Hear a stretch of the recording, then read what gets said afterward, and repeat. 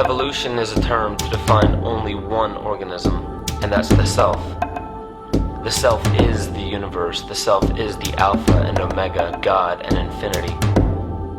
And that's the only thing that evolves, because we are all part of the self. Nothing goes through an evolutionary process alone, or without direct benefit to the whole. So when you begin to think that there's this controlling elite, this controlling hand behind the curtains leading the planet to destruction, when you think the end is near, the apocalypse, Armageddon, and when you think we as a species are doomed, it is not they, it is you that brought this about. And for a very good reason. You are evolving. Stop blaming everybody and everything else. Quit panicking about global tyranny and natural disaster and pay attention. Because the world is telling you something, is telling you exactly what is wrong with you and how to fix it.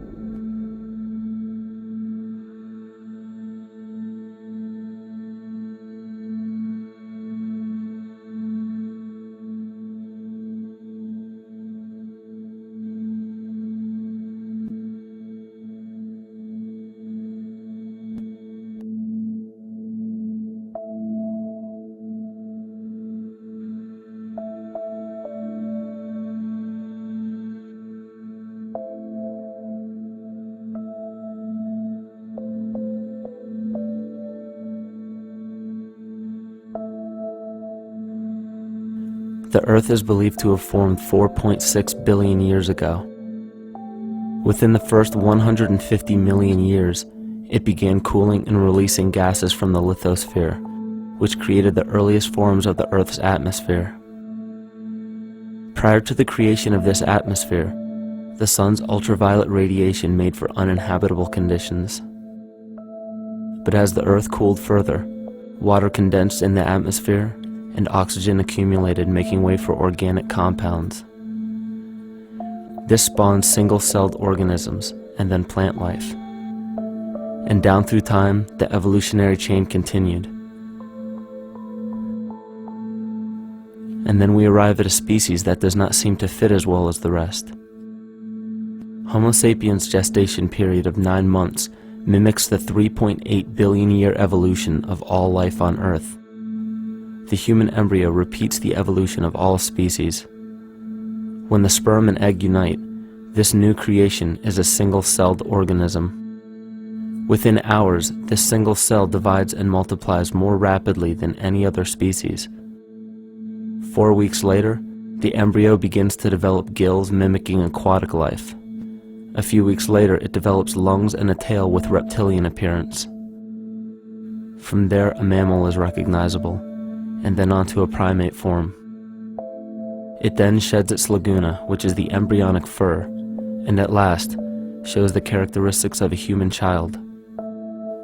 The human body is a community of approximately 50 trillion cells. Everything the body does, the cell does as well. Cells have respiratory and excretory systems. They feed, feel, think, and communicate with other cells. Trillions of cells make up a single organism called the human body, and billions of human bodies help make up the organism we call Earth.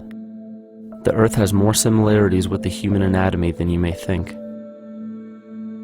Earth has its own electromagnetic generation, just like the human body.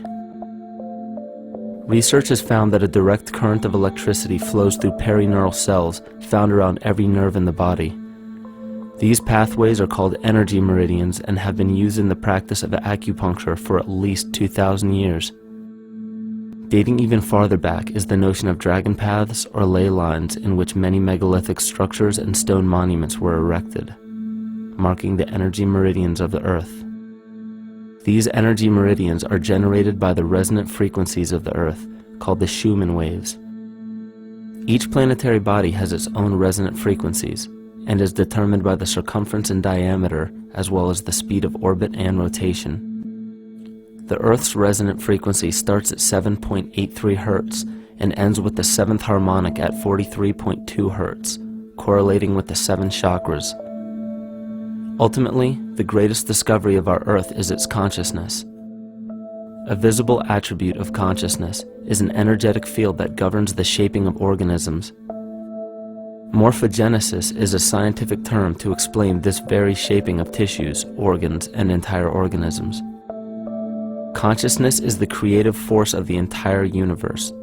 It has been given many names such as God, Yahweh, Krishna, nature, the field, and divinity.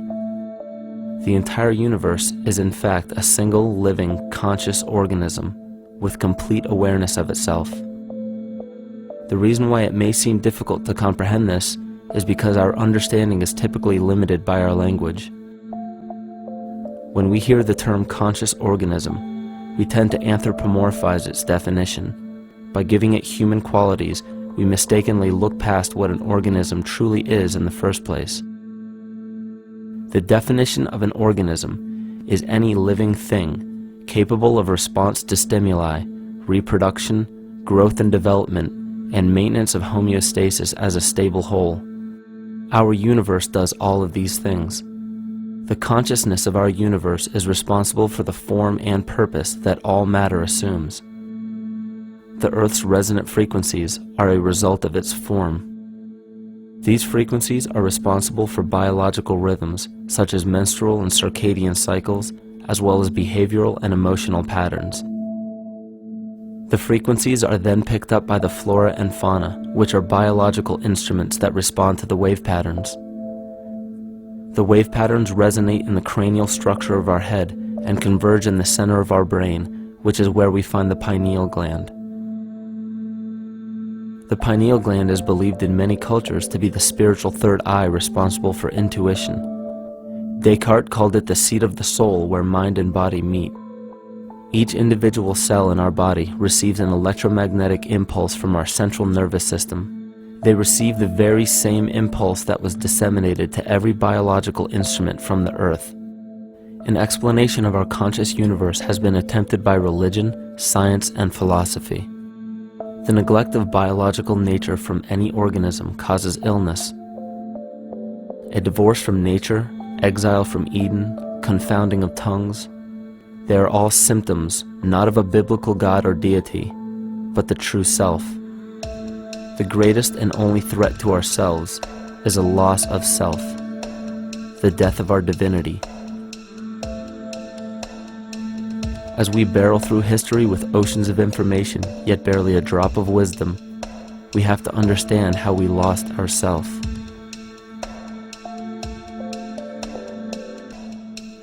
The true self is the epicenter of a person's entire being. It is the total sum of everything that we are. The false ego, on the other hand, is the idea and concept we create about ourselves in the course of our lives, which typically excludes any qualities we don't wish to accept about ourselves. However, humanity has been endowed with the freedom to choose either to obey the true self or to give in to the temptation of the vanity and materialism of the false ego. This is the most notable trait that separates man from animal. Our freedom of choice. The choice to follow our concepts and ideals or our natural impulses. The choice to sustain nature or to destroy it. This freedom of choice weighs on the fate of the entire organism that we call humanity. Cancer begins with a group of cells within a community that fail to communicate with the conscious signal of the organism. Those cells begin to grow out of control and spread to other areas of the organism. This very disease is evident in our world today. The cancer upon our earth is the domination of our false ego and our divorce from nature. Collectively, among every human, vanity leads to segregation and competition. Competition leads to fear and greed. Greed leads to deceit and immorality. And immorality is the breeding ground for illness, waging war on our earth. Every act of hatred and destructiveness in our world begins with self-hate and self-destructiveness, and that all begins with a breakdown in communication.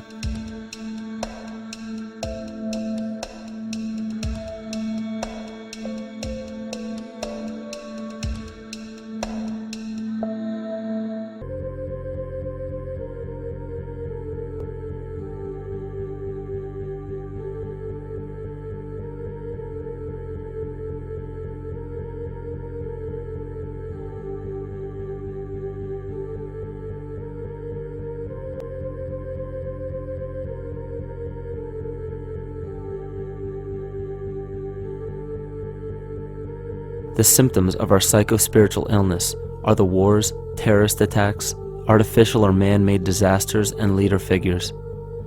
As long as the people remain oblivious to their inner drives and inner nature, they will always fail to recognize why these events take place and why these figures rise to such powerful positions.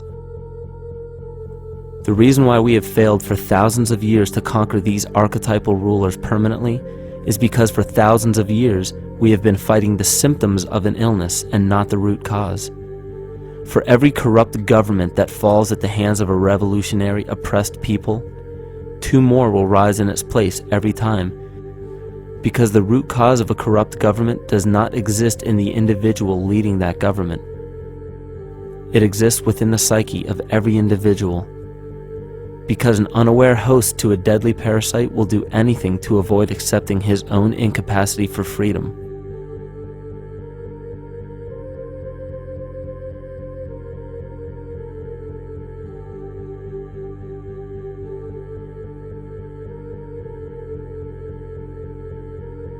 We are so bereft of sanity in this world that those few who simply stop projecting onto others and begin facing their own demons are seen as neurotic.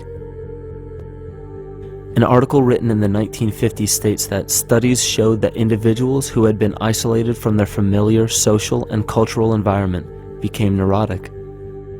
This shows that when those individuals had no object to identify their darker emotions with, they began to see these things in themselves, that which they refused to recognize before, and were unaware of why they appeared and how to cope.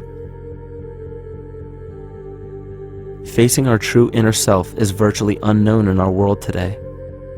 This is why no matter how many civilizations rise and fall, it is our collective consciousness that creates our governing apparatus, not individual people.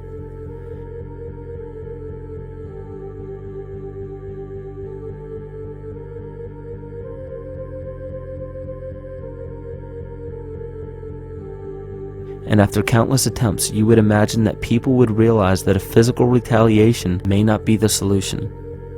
Yet here we are, thousands of years later, with technology that can clone DNA, vehicles that can break the sound barrier and probe the depths of space, and science that can overcome almost any sickness. Yet we still fail to take notice to the importance of thoughts and consciousness. This is the very definition of insanity. And every single one of us is responsible for this psychic epidemic, because we're killing the messenger and paying no attention to the message.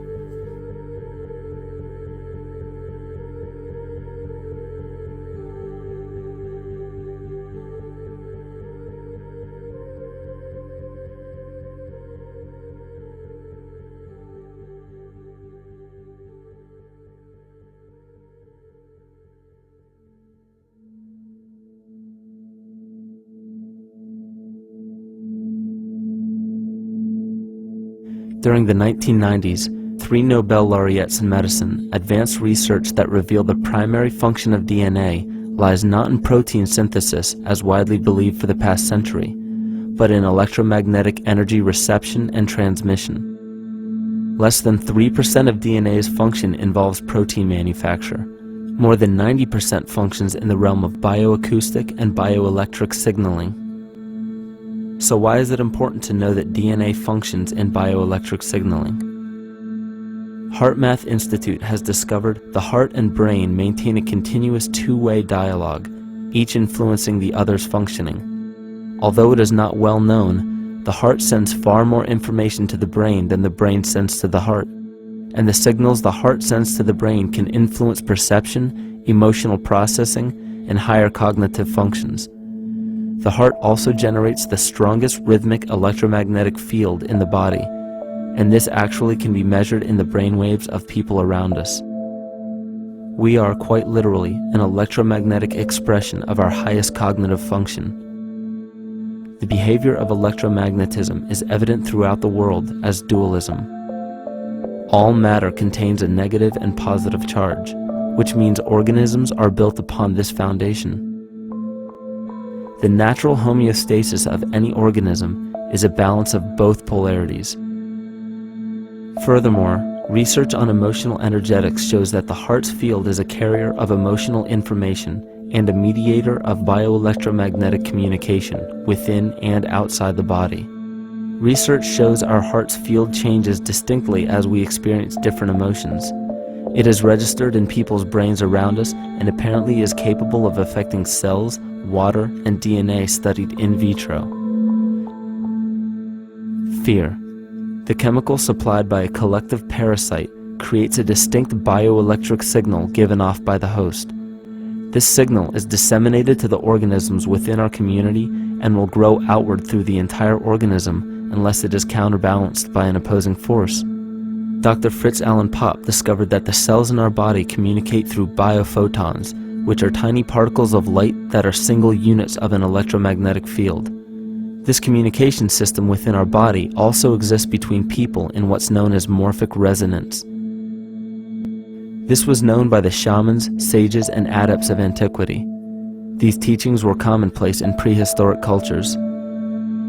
It wasn't by sheer chance that artistic expression and rituals were the cornerstone of every ancient civilization. Art was used as a personal method to exercise the shadow content of the psyche and introduce it to the conscious mind. This was very literally viewed as psychic therapy. Ritual was based around astrological dates. As we've learned, the study of the stars and planets reflect our own astropsychology.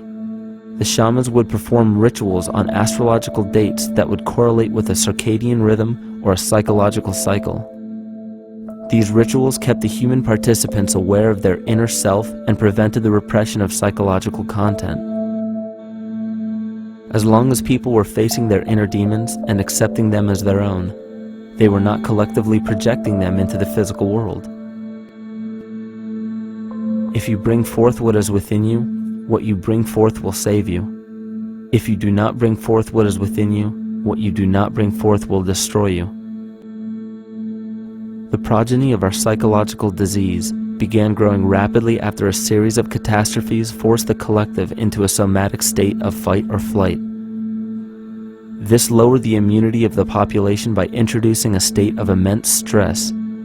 Our body becomes more susceptible to illness under stress. In this manner, humanity fell ill when entire bodies of land were swallowed up by the floodwaters. This uprooted many tribes, chiefdoms, and civilizations from their homes, and their ritual practices that were used as a conduit for psychic wellness were put on hold in order to survive the catastrophe and seek new homes. The shamans were spread to many new areas of the world. This information has been suppressed. We are made to believe that advanced civilizations such as ancient Egypt and the Mayans of Mesoamerica came about with no prior rudimentary remnants or evidence of evolving intellectual artifacts to bring them to their peak. We are meant to believe that their incredible knowledge of mathematics, astrology, agriculture, economy, polity, and architecture came out of nowhere. This leads many researchers today to the understanding that the origins of these civilizations have been suppressed. Not surprisingly, the force that has guided the suppression of this knowledge comes from the exact bloodline of the political and religious leaders stated previously. These are some of the notable book burnings and suppression of important texts in our history.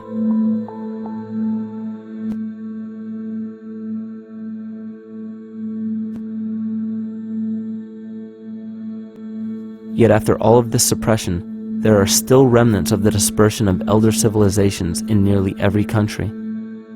There is tremendous evidence of ancient cultures visiting North America long before the conventional belief of European colonization. Barry Fell states in his book America BC, there are ancient inscriptions now being reported from nearly all parts of the United States, Canada, and Latin America, written in various European and Mediterranean languages in alphabets that date from 2,500 years ago.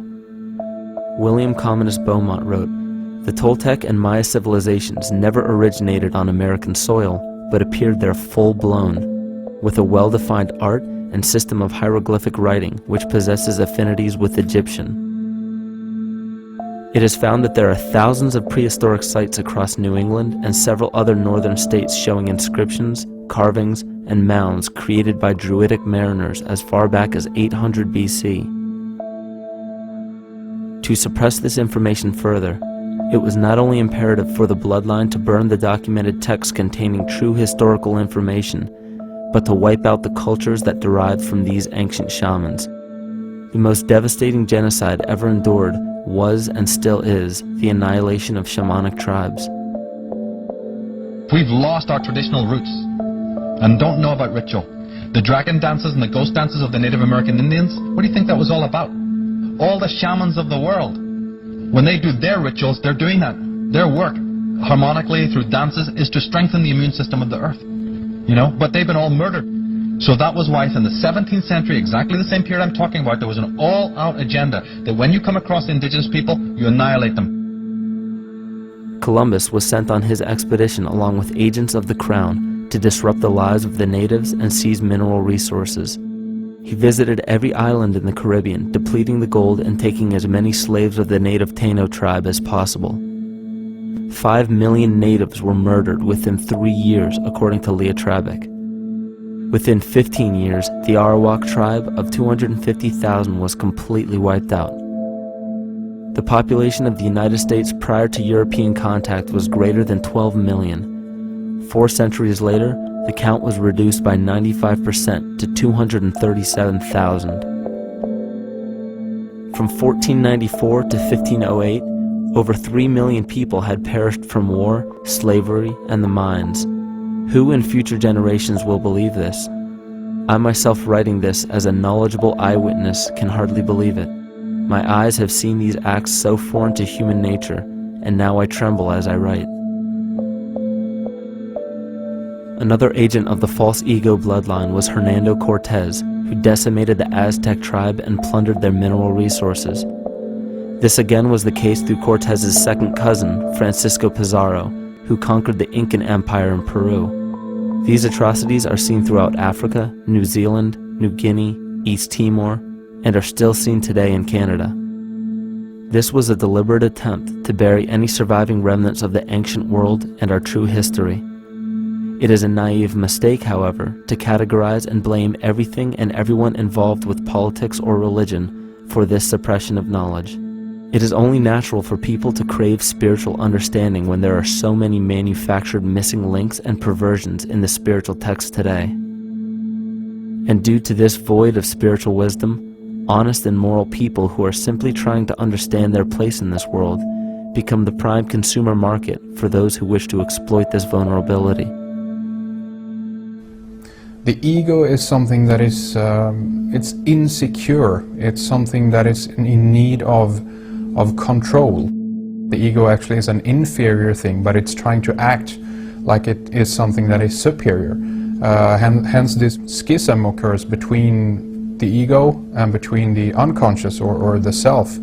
There's a kind of a messiah complex at work here as well, I feel, that we project the savior type ideal on someone, and we expect them to save us, and we're not willing ourselves to kind of deal with this and get to the root of why we perhaps feel insecure, or why we feel we don't have enough power to run our own lives, basically. If we look at the New Age movement, for instance, which is another kind of trap in all of this, where people might end up actually, they're looking for something so bad that they're taking all these things that are handed to us or to them, but it's not really based on any real understanding. It's still kind of coming from a religious type of perspective. People are genuinely seeking something new. They're genuinely seeking a new type of spirituality, or to better themselves, or to change something, but this is being hijacked. And what they actually do is that they lead you into another type of group mentality or new age religion, whatever it is, and people still are not able to kind of really break free from that and follow their own journey or their own path, which I think is very important in all of this.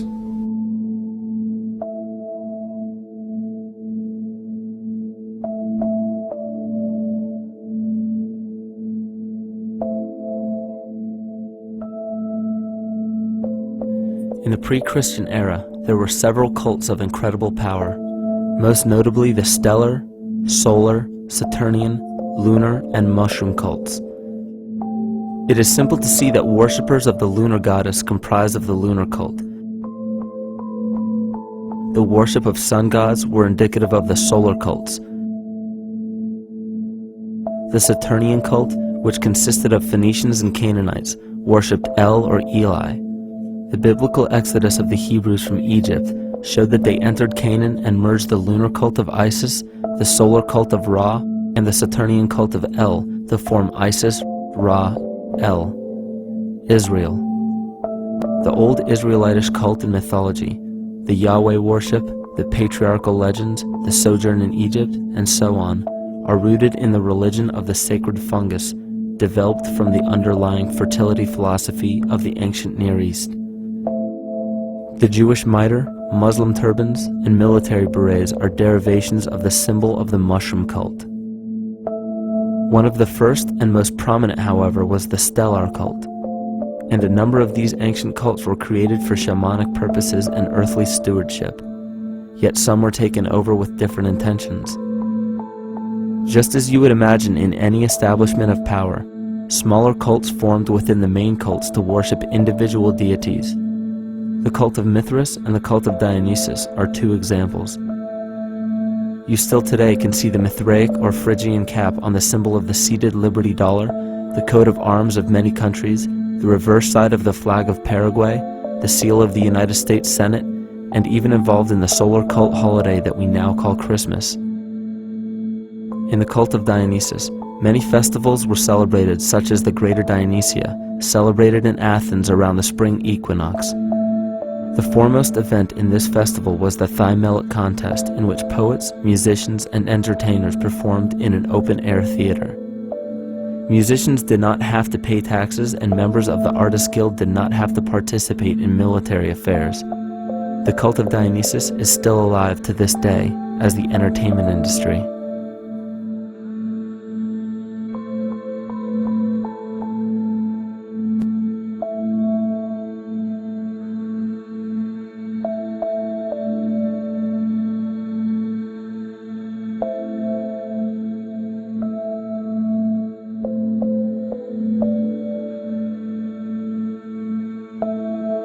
These cults still exist in many important positions of power throughout the entire civilized world.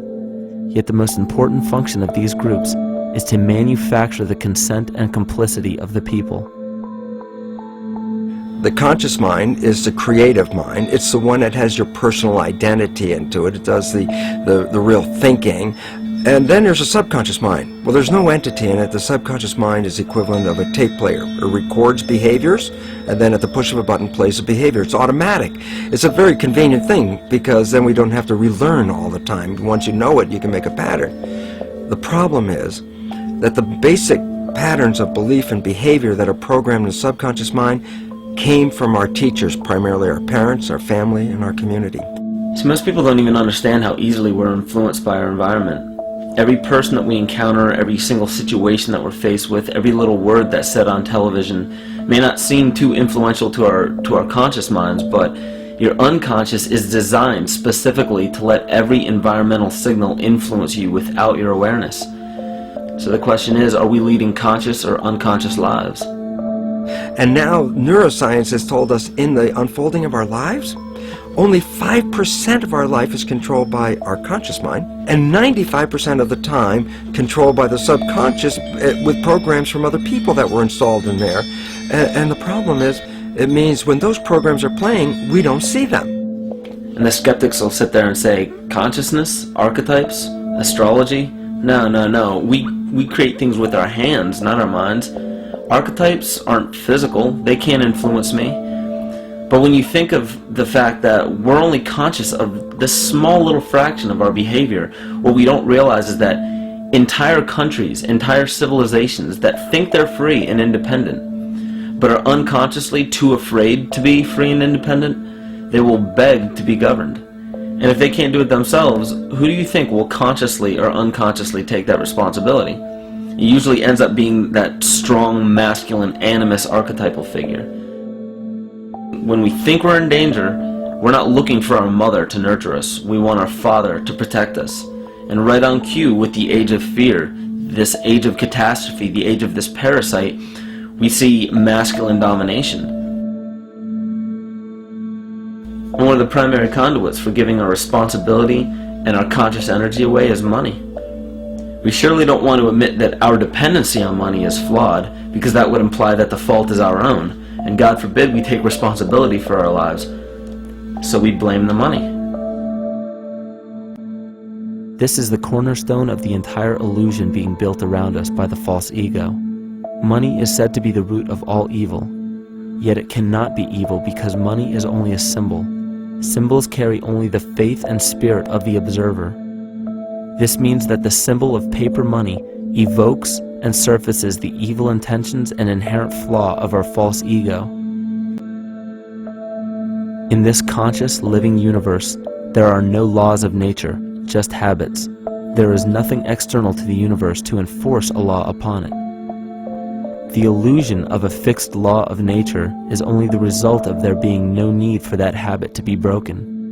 When habits need to be broken to ensure the survival of the organism, we see this event in nature and call it evolution. The collective mind shapes our evolution. And a great example of this is the experiment done by John Cairns in 1988. His team put lactose-intolerant cells in an environment with only lactose for food.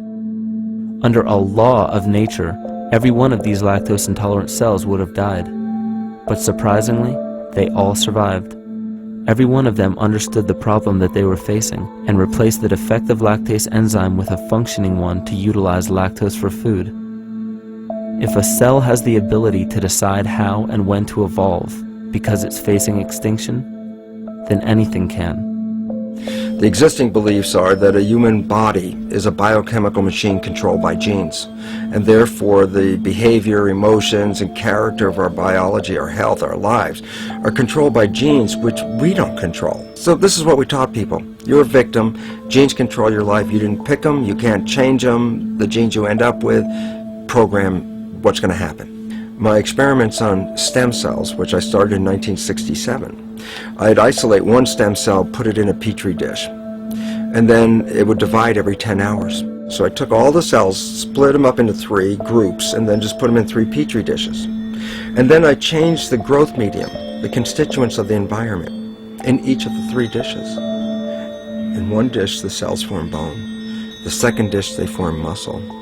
And a third dish, they form fat cells. What controlled the fate of a cell? And the first thing you have to say is, well, wait, they were all genetically identical when they were put in a dish. So obviously the genes didn't control it because they all had the same genes. What was different was the environment. And all of a sudden in my career it said, oh my gosh, here I am teaching genes control life, and the cells are telling me genes respond to life. And since you can control the response, you can control your life. It's how you read the environment, how your mind perceives the environment. And if you understand this, then you could lead yourself to the most wonderful expression on this planet, to be fully alive and fully healthy by just how you respond to the world.